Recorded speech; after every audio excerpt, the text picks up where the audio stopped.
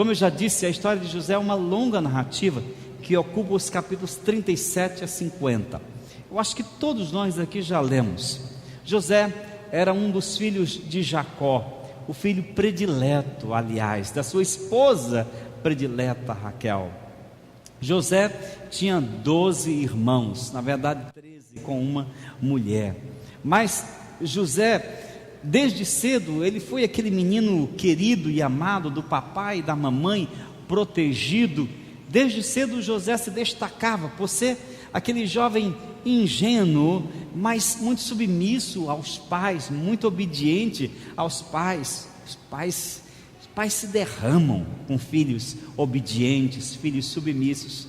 E assim era Jacó e sua esposa. Eles amavam o jovem, porque afinal de contas, além de ser um jovem submisso, José também era uma espécie de, hoje o pessoal chama de X9, o dedo duro.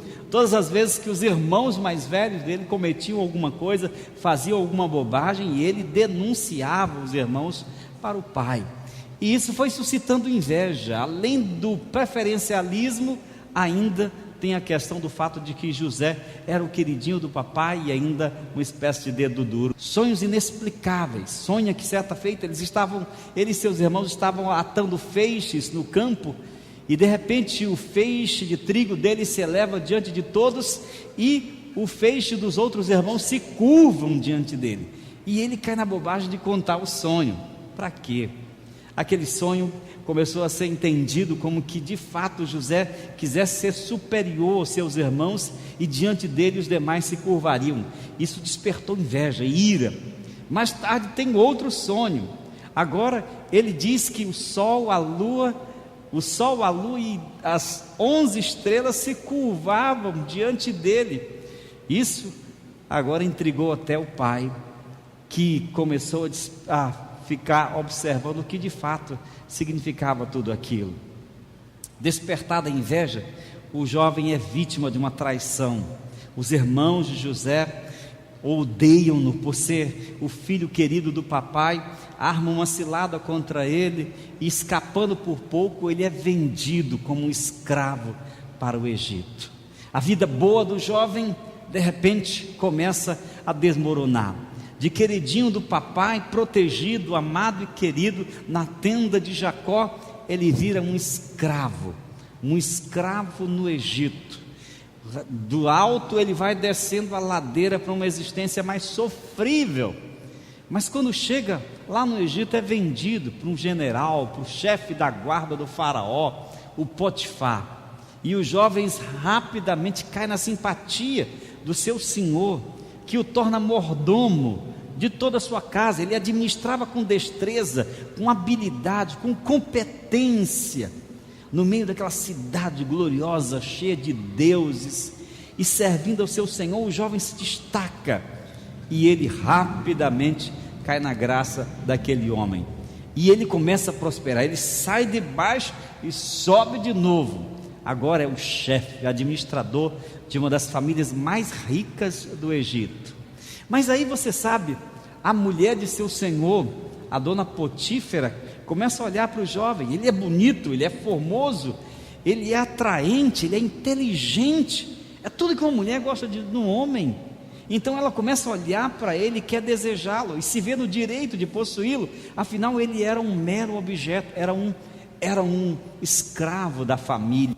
Ela se achou no direito de possuí-lo e começa a tentar seduzi-lo, exigir que ele se deite com ela, e ele foge uma vez, foge duas vezes, foge três vezes, vai resistindo aqui, resistindo acolá, até que num determinado dia ela o encurrala, e ele, para não cometer tal pecado, foge. E ela ficou tão irada, tão possessa, que armou então uma cilada para ele, e começou a dizer para todos que na verdade o jovem tinha tentado estuprá-la.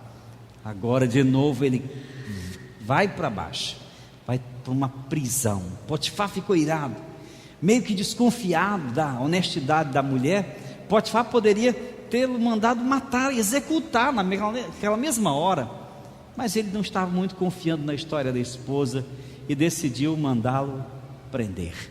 José ficou lá, de novo, mais um baixo na sua vida, e lá ele fica durante um ano, e ele conhece os funcionários do faraó. Os funcionários do faraó que foram pegos em traição, acusados de traição, o copeiro Mo e o padeiro Mo, estão lá na prisão, e lá eles têm sonhos, e José, Deus dá a ele o espírito de interpretação, e José interpreta o sonho deles, dizendo que um deles, o padeiro, seria executado, enquanto que o copeiro seria restituído ao cargo. De fato aconteceu.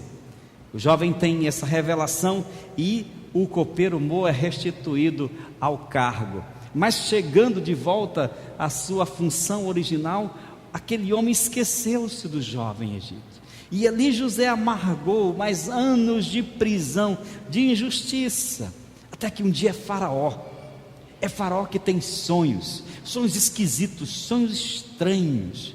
Ele sonhou que estava no Nilo, quando de repente viu 7 vacas gordas pastando no campo à beira do Nilo. De repente 7 vacas magras vieram e devoraram aquelas vacas gordas. Faraó ficou aturdido, dormiu, teve outro sonho. Eles viu 7 espigas gordas serem devoradas por 7 espigas magras. Ele chamou os magos, os encantadores, todo mundo do Egito para explicar o que estava acontecendo. Ninguém sabia, até que o copeiro se lembrou, José, e manda chamá-lo. E José interpreta o sonho de Faraó exatamente o que iria acontecer. Seriam 7 anos de muita prosperidade, fartura, riqueza sobre o Egito, mas depois 7 anos de fome, escassez e muita miséria. Então ele diz a Faraó: arranje um homem, Faraó, que administre bem o Egito nesse período, que armazene tudo que a terra produzir durante 7 anos, e depois o Senhor, que vier o tempo de seca, o Egito terá comida para suprir não só o Egito, mas por todo o mundo. Então o Faraó disse: pois esse homem é você. Agora, mais uma vez, ele sai da situação de escravidão, e o Faraó o coloca como primeiro-ministro, e diz: aqui no Egito, você só não é maior do que eu. Deu a ele o selo, deu a ele o anel e o poder administrativo sobre toda aquela nação. Então, quando há fome em Canaã e Jacó e sua família vão para o Egito, primeiramente seus filhos, José dá de cara com seus irmãos traidores. José dá de cara com aqueles que lhe traíram, que planejaram, arquitetaram sua morte. Ele a princípio tenta ensaiar uma vingança, mas desiste e se revela e diz: tragam meu pai, tragam minha família. E a história termina exatamente no momento, no capítulo 50 do livro, quando José, com toda a sua família no Egito, vivendo um tempo áureo de prosperidade, de vitória, tanto ele como sua família e o Egito, quando José se revela a eles e diz para eles quem ele é. E depois da morte do pai, os irmãos de José, com medo de que José se vingasse, inventaram uma mentira que disse: olha, teu pai mandou dizer, antes de morrer, que você perdoe a maldade, a iniquidade dos teus servos. E são essas palavras que nós lemos, quando José vai dizer para eles: eu estou no lugar de Deus?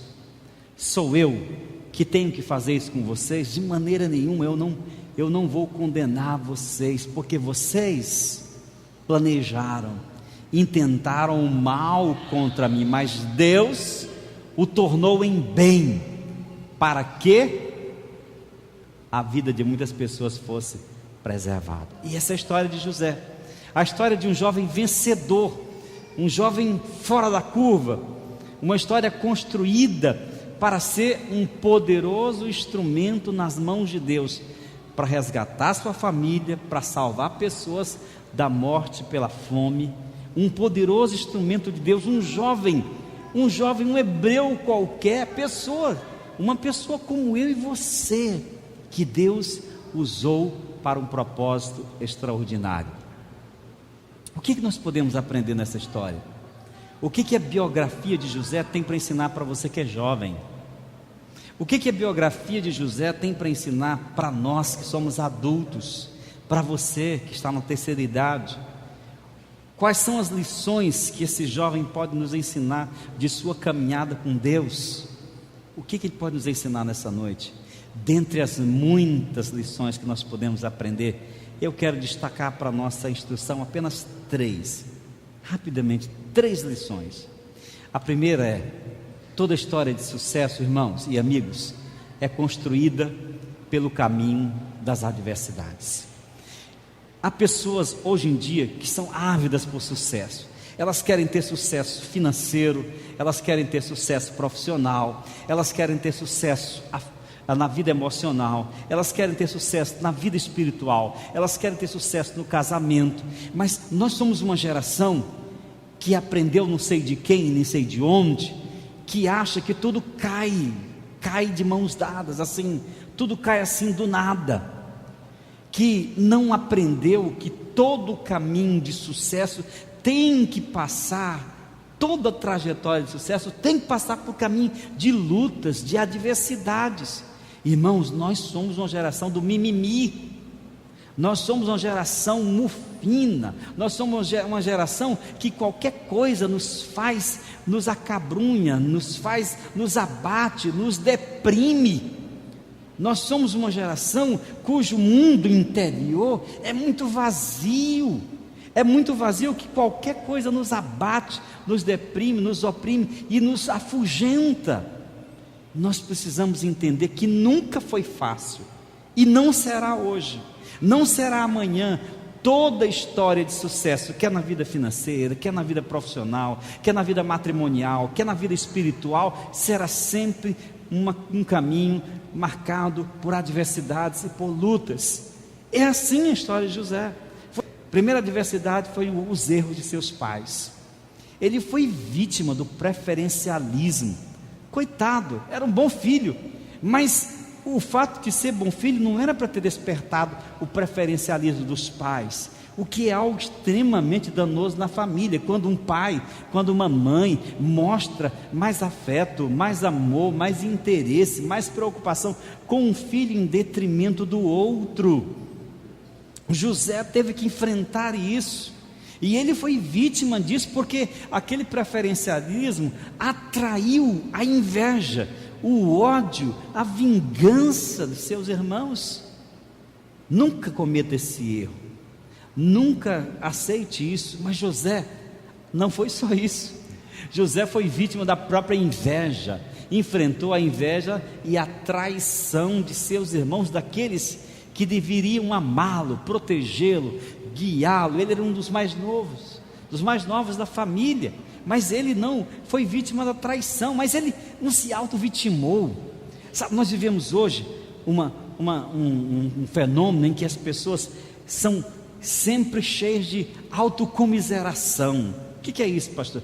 As pessoas se auto-vitimam, as pessoas justificam seus erros, as pessoas se veem muito pequenas, as pessoas não assumem suas dificuldades, elas são cheias de autocomiseração, olham para dentro de si com uma pena miserável.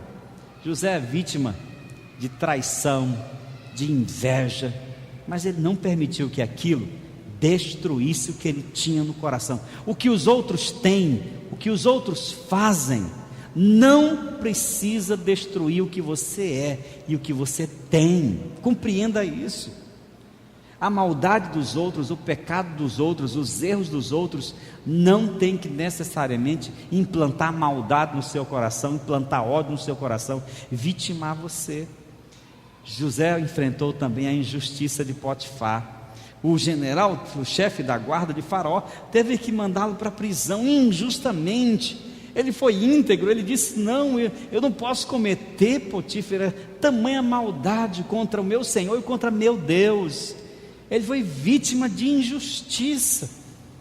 Não só isso, ele foi vítima da ingratidão do copeiro-chefe, que depois de ter sido ajudado, esqueceu aquele jovem. Irmãos, temos que compreender que toda história de sucesso, de vitória, é sempre uma história marcada por lutas, por adversidade. Nada é fácil na vida. Aliás, até viver é sempre um grande desafio. Nós temos que parar de ficar lamentando pequenas perdas, pequenos obstáculos, fazendo de pedrinhas montanhas que nos fazem tropeçar, e arregaçarmos as mangas e buscarmos forças em Deus para enfrentar seja o que for. Nenhum sucesso ou vitória vem sem suor, sem luta, sem trabalho, sem confiança no Senhor.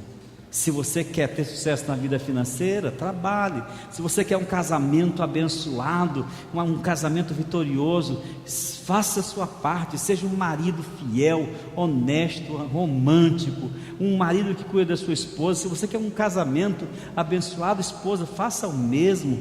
Se você quer uma vida espiritual, vitoriosa, cheia da unção de Deus, ore, jejue, se discipline, diga não ao pecado, mas é preciso enfrentar essas adversidades em nós e fora de nós. Quem vê glória não vê espinhos. Quando a gente vê José lá no trono, diz assim: esse cara nasceu para vencer, não sabe o caminho que ele percorreu, não sabe quantas prisões, traições, adversidades ele enfrentou. Quando as pessoas veem você lá no topo, quando as pessoas veem você bem, quando as pessoas veem como você está bem, elas acham que você caiu ali de paraquedas, mas elas não sabem que você não chegou lá por acaso. Você chegou enfrentando lutas, enfrentando batalhas, enfrentando gigantes, matando um leão a cada dia. Quem vê sucesso não vê as adversidades que você enfrentou, as mãos calejadas, os joelhos feridos na oração. Quem vê o trono não vê o deserto percorrido. Para José se tornar governador do Egito, ele enfrentou tanta luta. Então, por favor, erga a sua cabeça, pare de se auto-vitimizar, de se auto-comiserar, e comece a enfrentar pela fé todos os desafios e adversidades que estiverem diante de você, para que você possa ser um vencedor em nome de Jesus, amém?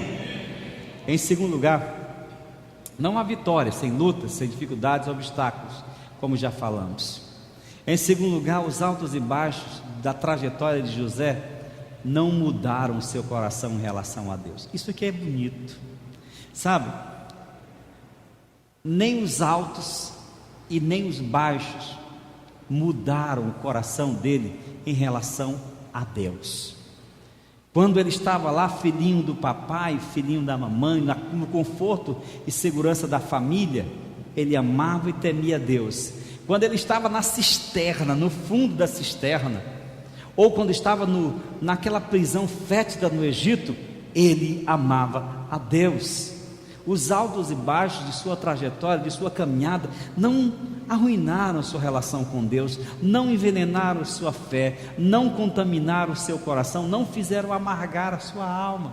Gênesis 39, 9, quando ele enfrenta a tentação da esposa do Potifar, ele diz: como, pois, cometeria tamanha maldade e pecaria contra meu Deus?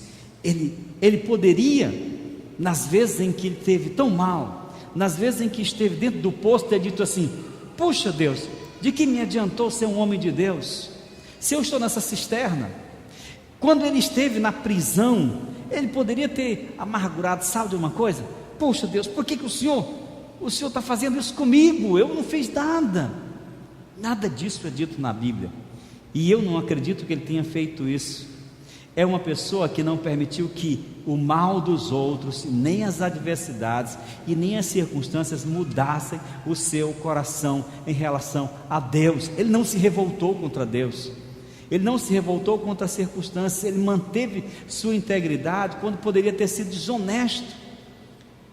O Egito era um dos lugares mais pecaminosos do mundo. Tinha uma vida licenciosa. O Egito era uma espécie de grande metrópole da época. Ele era um jovem bonito, inteligente, atraente. Ele poderia, sabe de uma coisa: não estou na casa dos meus pais, vivo minha vida independente, sou um escravo aqui de meu Senhor, eu vou viver do jeito que eu quero, vou cair no pecado, vou cair na gandaia. Mas ele não. Ele manteve sua integridade num lugar extremamente hostil a seu estilo de vida, a fé que ele aprendeu. Por quê? Ele não permitiu que nada amargurasse a sua relação com Deus. Ele também não deixou que nada amargurasse o seu coração quando as coisas não dão certo. É muito bom quando a gente louva a Deus, oh glória a Deus, quando tudo está dando certo na nossa vida. O emprego está bem, estamos ganhando bem, a família está ótima, a nossa saúde está a mil, nós temos sonhos, nós temos planos, está tudo dando certo do jeito que a gente esperava. Mas quando a coisa começa a degringolar, quando nós começamos a descer a ladeira e surgem problemas do lado do vento e uma simultaneidade de adversidades nos atingem, aí, meu irmão, aí é que é a hora. Alguém já disse que as adversidades, elas não mudam o coração da gente, elas revelam o coração que temos, elas revelam o que há em nosso coração, a profundidade da nossa relação com Deus, o que nós temos com Deus, revela a essência do nosso ser. O apóstolo Paulo, lá em Filipenses, ele diz assim: aprendi a viver, a estar contente em toda e qualquer situação. E ele enumera: eu já aprendi a viver contente, eu estou satisfeito com Deus, se eu tiver tudo, se eu não tiver nada, se as coisas estiverem tudo bem comigo, eu vou amar a Deus, eu vou servir a Deus. Hoje nós vivemos uma geração que diz exatamente o contrário: você foi feito para vencer, você não pode enfrentar problemas. Se você está enfrentando problemas porque Deus não te ama, ou porque você não ama a Deus, ou porque você não é obediente a Deus, porque você não fez um sacrifício a Deus, isso é heresia, isso não é bíblico. Isso não é bíblico. Imagine se José fosse um adepto da teologia da prosperidade. Desde lá do poço até a prisão, ele tinha se revoltado com Deus e tinha caído na gandaia no Egito. Mas ele não era um seguidor da teologia da prosperidade. Ele sabia que Deus estava escrevendo a sua história, mesmo que pelas linhas tortuosas das adversidades, e portanto o seu coração estava confiante no Senhor. Diga amém. Como é que está o seu coração? Quando as coisas não dão certo para você, quando o desemprego bate, quando as crises chegam, quando corta a sua luz, o que você faz? Ele não usou as adversidades para justificar seus erros ou para pecar. Sabe de uma coisa? Deus não se importa comigo mesmo, por que eu vou obedecer a Ele? Ele poderia ter feito que nem o salmista do Salmo 73, quando o salmista pergunta assim: que adiantou eu guardar a minha inocência, se os ímpios prosperam e eu sofro adversidade? Mas ele não fez. José não usou as adversidades para justificar erros ou cometer pecados, mas também, preste muita atenção, ele não usou suas conquistas para pisar sobre os outros. Depois que estava no trono do Egito e os seus irmãos vieram a ele, ele poderia ter retribuído na mesma moeda, mandado executá-los, se vingado deles, mas ele não fez isso. Altos e baixos não mudam pessoas, altos e baixos mostram o que pessoas têm no coração. As nossas emoções, como tristeza, depressão, revolta ou coisa desse tipo, é reflexo do interior, é reflexo de um coração partido, fragmentado, que precisa estar alicerçado no verdadeiro discipulado de Cristo Jesus. Em último lugar, José reconhecia a autoria divina escrevendo sua história. É no final do livro e da sua trajetória, no final do capítulo de Gênesis, capítulo 50, em que ele vai dizer o texto que nós já lemos: vocês intentaram o mal contra mim, mas Deus transformou esse mal em bem, para fazer com que muitas pessoas sejam salvas. Ele viu Deus em suas adversidades, ele viu Deus movendo a história, sendo o Senhor e soberano sobre todas as coisas. Deus estava nos altos e baixos da vida de José.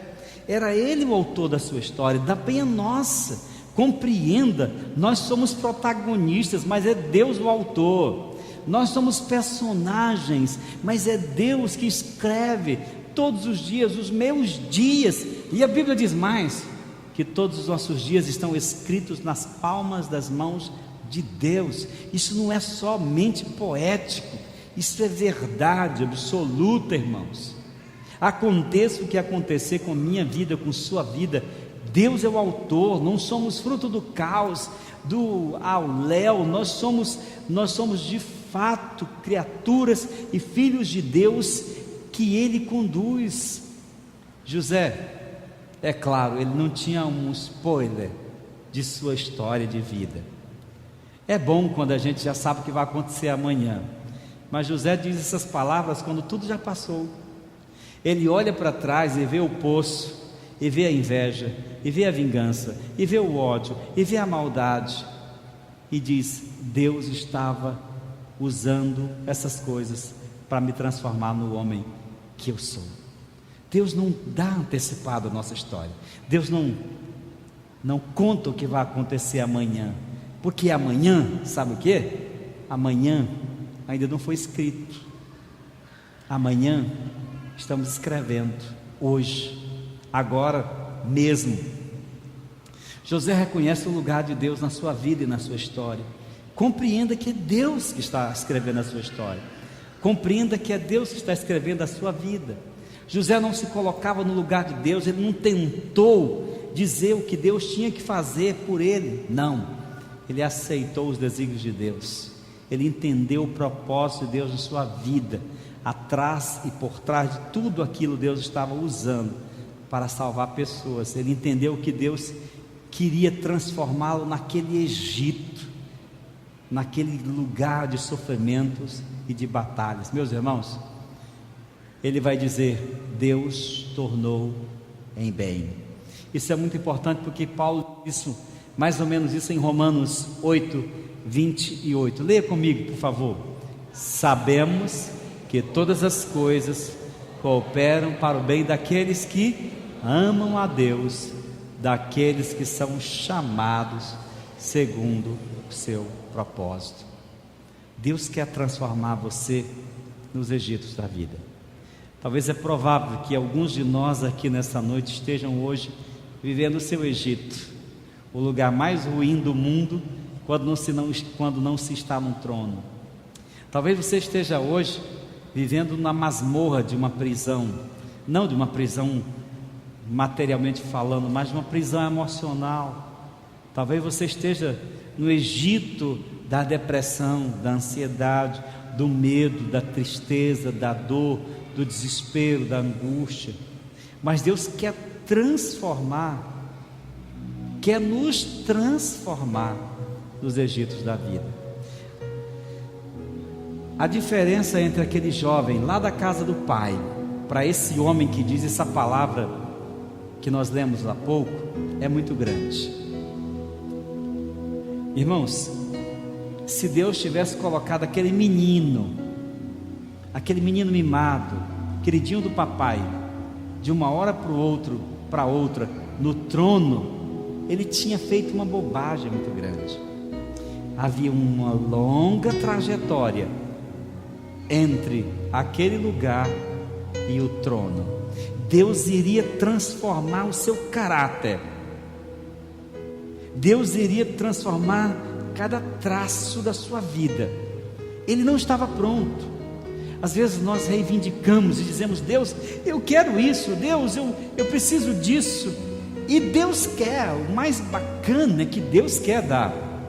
O problema é que nós não estamos prontos. Deus tem sonhos, mas nós não estamos prontos. Deus tem projetos, mas nós não estamos prontos. E aí Ele permite que a gente vá para os Egitos, para os desertos, para as adversidades, para nos preparar. Mas o que a gente faz? A gente está doido para sair do nosso Egito, está doido para sair dos nossos desertos, está doido para sair das nossas adversidades, porque a gente não gosta, a gente quer o conforto, a zona de conforto. Só quando José estava pronto, é que Deus o colocou no lugar onde ele tinha que estar. José precisou amadurecer antes que Deus pudesse realizar os seus sonhos por meio dele. Sabe, eu creio que Deus tem muita coisa para fazer na sua vida e na nossa vida, e realizar muitos sonhos que Ele tem. Como diz a palavra, eu é que sei, diz o Senhor, os planos que tenho para vocês, planos de paz e não de mal, para vos dar o fim que desejais. Mas enquanto nós não estivermos prontos, enquanto nós não amadurecermos nos desertos, das adversidades, dos Egitos da vida, nada poderá acontecer. Eu quero dizer para você que Deus está trabalhando em você. Deus está escrevendo sua história e trabalhando em você para usá-lo para a sua glória. Você que é jovem, você que é adulto, você que é da terceira idade, você que é criança,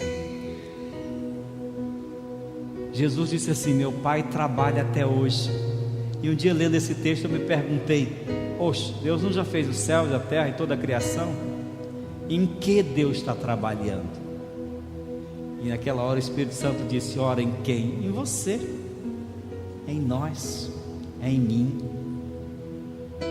Deus está trabalhando em você para usá-lo para a sua glória. Portanto, em qualquer situação, nos altos e baixos, nas vitórias, nas adversidades, se agarre ao Senhor, confia nele e diz: eu não sei, Senhor, o que o Senhor está fazendo e o que o Senhor vai fazer. Eu sei de uma coisa, eu sei em quem tenho crido e estou certo que o Senhor é poderoso para guardar a minha vida até o dia final. Amém? Você está pronto para os sonhos de Deus? Você está pronta para os projetos de Deus? Quando você estiver pronto, Deus vai começar a fazer. Quando você estiver pronta, Deus vai começar a realizar. Talvez o seu lugar não seja um trono do mundo, talvez seja numa cruz como Jesus. Não importa o que Deus tenha para a minha vida e para a sua vida, o importante é que nós sejamos instrumentos de sua graça para abençoar os outros. Por isso, como diz o Salmo 73, 25, ele pergunta: que tenho mais eu no céu, senão a ti? Eu te desejo mais do que qualquer outra coisa na terra.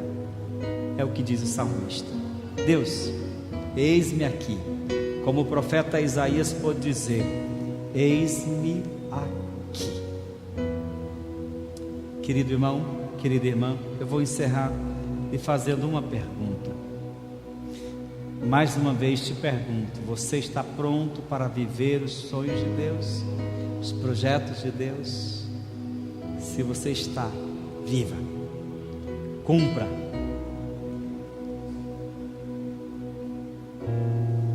Não se amargure com as lutas, não se amargure com as dificuldades, com as adversidades. Elas fazem parte da trajetória, porque Deus está moldando você e eu para tudo aquilo que Ele quer fazer em nós e por meio de nós no mundo.